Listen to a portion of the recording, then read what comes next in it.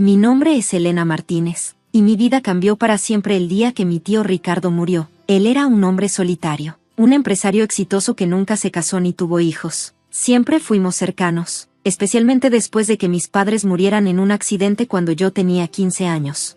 Mi tío Ricardo me había criado como si fuera su propia hija, me pagó la universidad, me ayudó a comenzar mi carrera como abogada, y siempre me trató con un amor incondicional que mis propios padres biológicos nunca me habían dado. Mientras mis tíos y primos se mantenían distantes, Ricardo era diferente. Él veía más allá de los prejuicios familiares y me apoyaba incondicionalmente. Cuando murió, dejé mi trabajo en el bufete de abogados para encargarme de sus asuntos. Sabía que no sería fácil, especialmente porque el resto de mi familia siempre me había visto como la outsider, la sobrina adoptiva que no compartía su sangre.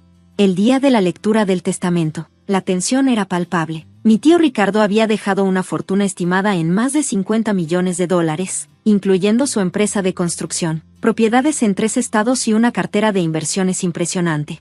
Dejo todos mis bienes a mi sobrina Elena Martínez, leyó el abogado.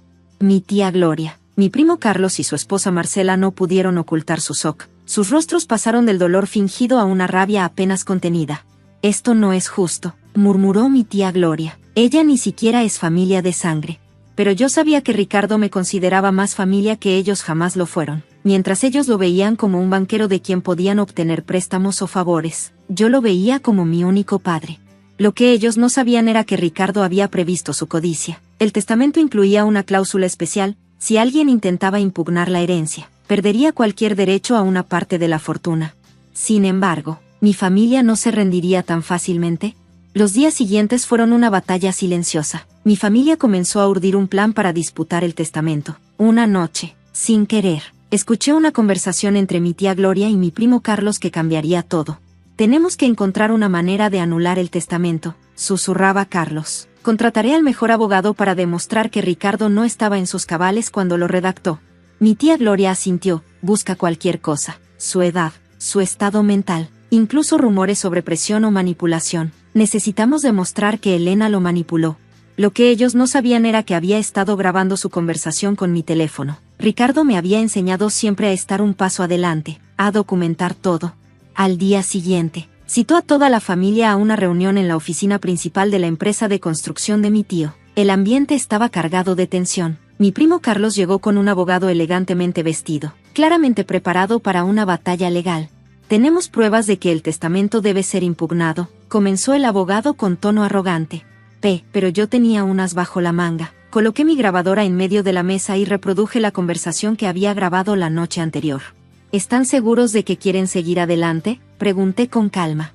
La habitación quedó en silencio. Mi primo Carlos palideció. Su abogado comenzó a sudar. La grabación exponía claramente su plan de manipular el sistema legal para despojarme de mi herencia. Pero eso no era todo. Durante años, había estado recopilando documentación sobre las verdaderas actividades de mi familia. Descubrí que mi primo Carlos había estado desviando fondos de la empresa familiar. Había facturas falsas, transferencias sospechosas, todo cuidadosamente oculto. Mi tía Gloria había estado utilizando fondos de la empresa para su lujoso estilo de vida, comprando propiedades y joyas con dinero que no le pertenecía. Si quieren una batalla legal, dije, estoy preparada. Tengo suficiente evidencia para no solo defenderme, sino para hundirlos legal y financieramente. La reunión terminó abruptamente. Mi familia salió derrotada, sus planes de robarme la herencia completamente desmantelados. Pero mi verdadera batalla apenas comenzaba. Después de exponer la corrupción de mi familia, me enfrenté a una decisión crucial. No quería destruirlos completamente, pero necesitaba proteger el legado de mi tío Ricardo. Contraté a un equipo de abogados especializados en investigaciones corporativas. Juntos, comenzamos a desentrañar años de manipulación financiera. Las pruebas eran contundentes. Mi primo Carlos había estado desviando fondos de la empresa de construcción, creando empresas fantasma para lavar dinero. Mi tía Gloria no se quedaba atrás. Había estado utilizando conexiones políticas para obtener contratos gubernamentales de manera irregular. Cada documento que desenterrábamos revelaba un nuevo nivel de corrupción. Pero no era solo sobre venganza. Ricardo me había enseñado que los negocios se conducen con integridad. Así que mi plan era más complejo que simplemente destruir a mi familia.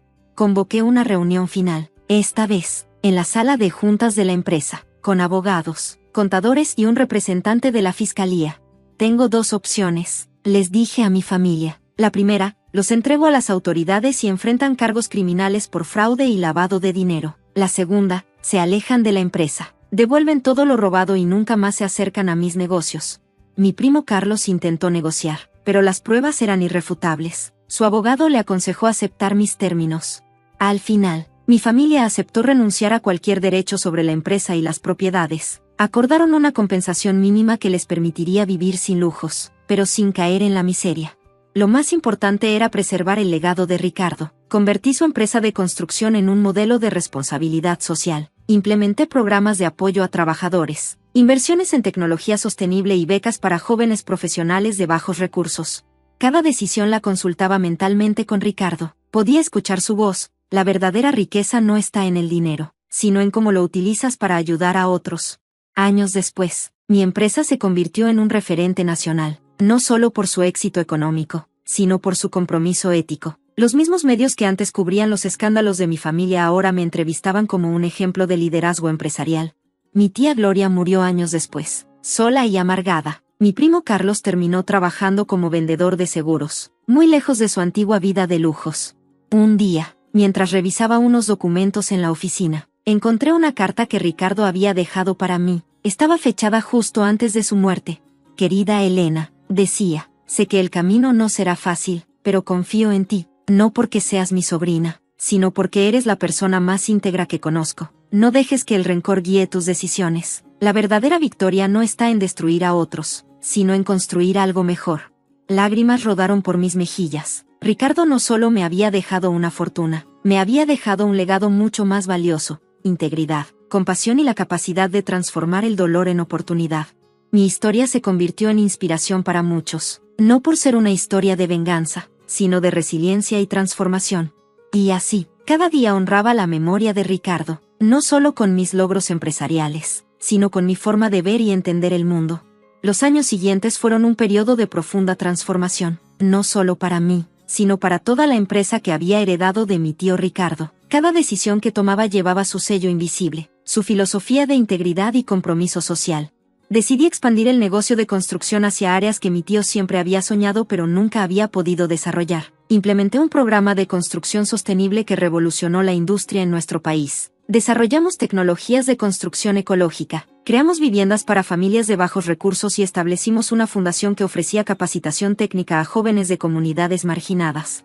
Mi equipo de trabajo se convirtió en mi nueva familia. Contraté profesionales jóvenes, muchos de ellos provenientes de contextos difíciles, que veían en la empresa una oportunidad real de transformación. No solo les ofrecía un trabajo, sino un camino de desarrollo profesional y personal.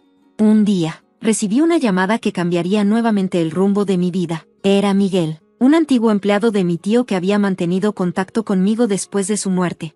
«Necesitas saber algo sobre tu verdadero origen», me dijo con un tono misterioso. La historia que me reveló era increíble. Resultaba que no era simplemente la sobrina adoptiva de Ricardo como todos creían. Él había sido amigo cercano de mis verdaderos padres, quienes habían muerto en circunstancias que nunca se habían aclarado completamente.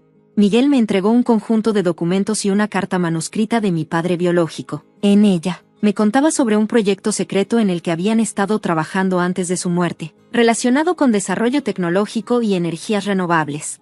La investigación me llevó por caminos inesperados. Descubrí conexiones entre la muerte de mis padres y una red de corrupción que involucraba a poderosos empresarios y políticos. Lo que había comenzado como una búsqueda personal se transformó en una misión para revelar la verdad. Utilicé todos mis recursos legales y económicos para continuar la investigación. No era ya solo sobre mi herencia familiar, sino sobre un legado mucho más grande que mis padres habían dejado inconcluso. Mi empresa se convirtió en un bastión de transparencia. Implementamos sistemas de auditoría ética que se convirtieron en modelo para otras corporaciones. Desarrollamos tecnologías de construcción que reducían significativamente la huella de carbono, algo que mis padres habían soñado décadas atrás. La transformación no fue solo externa. Yo misma experimenté un profundo proceso de sanación. Los años de conflicto familiar, la pérdida de mis padres, la traición de mis familiares. Todo aquello que alguna vez me había lastimado se convirtió en combustible para mi crecimiento. Fundé una escuela técnica que llevaba el nombre de mi tío Ricardo. Cada año, docenas de jóvenes recibían educación gratuita, becas y oportunidades laborales. Era mi manera de honrar la memoria de quienes me habían dado todo. El legado no era sobre el dinero, Era sobre transformación. Era sobre romper ciclos de dolor y crear oportunidades donde antes solo existían obstáculos.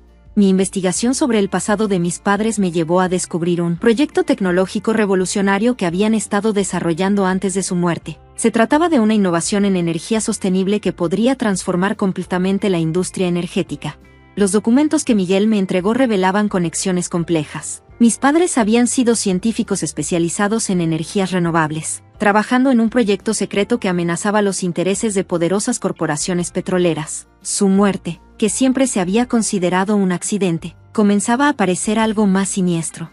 Contraté a un equipo de investigadores especializados. Cada documento, cada rastro que encontrábamos agregaba una nueva pieza al rompecabezas. Descubrí que el proyecto de mis padres involucraba una tecnología de conversión energética que podría reducir significativamente la dependencia de combustibles fósiles. Mi empresa de construcción se transformó. No solo éramos una constructora, sino un centro de innovación tecnológica. Retomé el proyecto original de mis padres, invirtiendo millones en completar su investigación. En un congreso internacional de tecnología sostenible, presenté los resultados. El mundo científico quedó asombrado. La tecnología que mis padres habían comenzado y yo había completado prometía revolucionar la producción de energía limpia. Pero no todo fue un camino fácil. Los mismos intereses corporativos que habían silenciado a mis padres comenzaron a presionarme. Recibí amenazas veladas, intentos de sabotaje a mis investigaciones. Mi red de contactos se convirtió en mi mayor fortaleza. Científicos, activistas ambientales y profesionales de todo el mundo se unieron para proteger y desarrollar la tecnología. Un día, mientras revisaba los últimos informes en mi oficina, encontré una última carta de mi tío Ricardo. Estaba fechada el día antes de su muerte, como si supiera que algo importante estaba por suceder. Elena, decía la carta, la verdadera herencia no son los bienes materiales, es el conocimiento, la capacidad de transformar el mundo. Tus padres murieron por defender una idea. No dejes que su sacrificio sea en vano. La investigación continuaba. Cada revelación nos acercaba más a la verdad sobre la muerte de mis padres y el verdadero alcance de su proyecto revolucionario.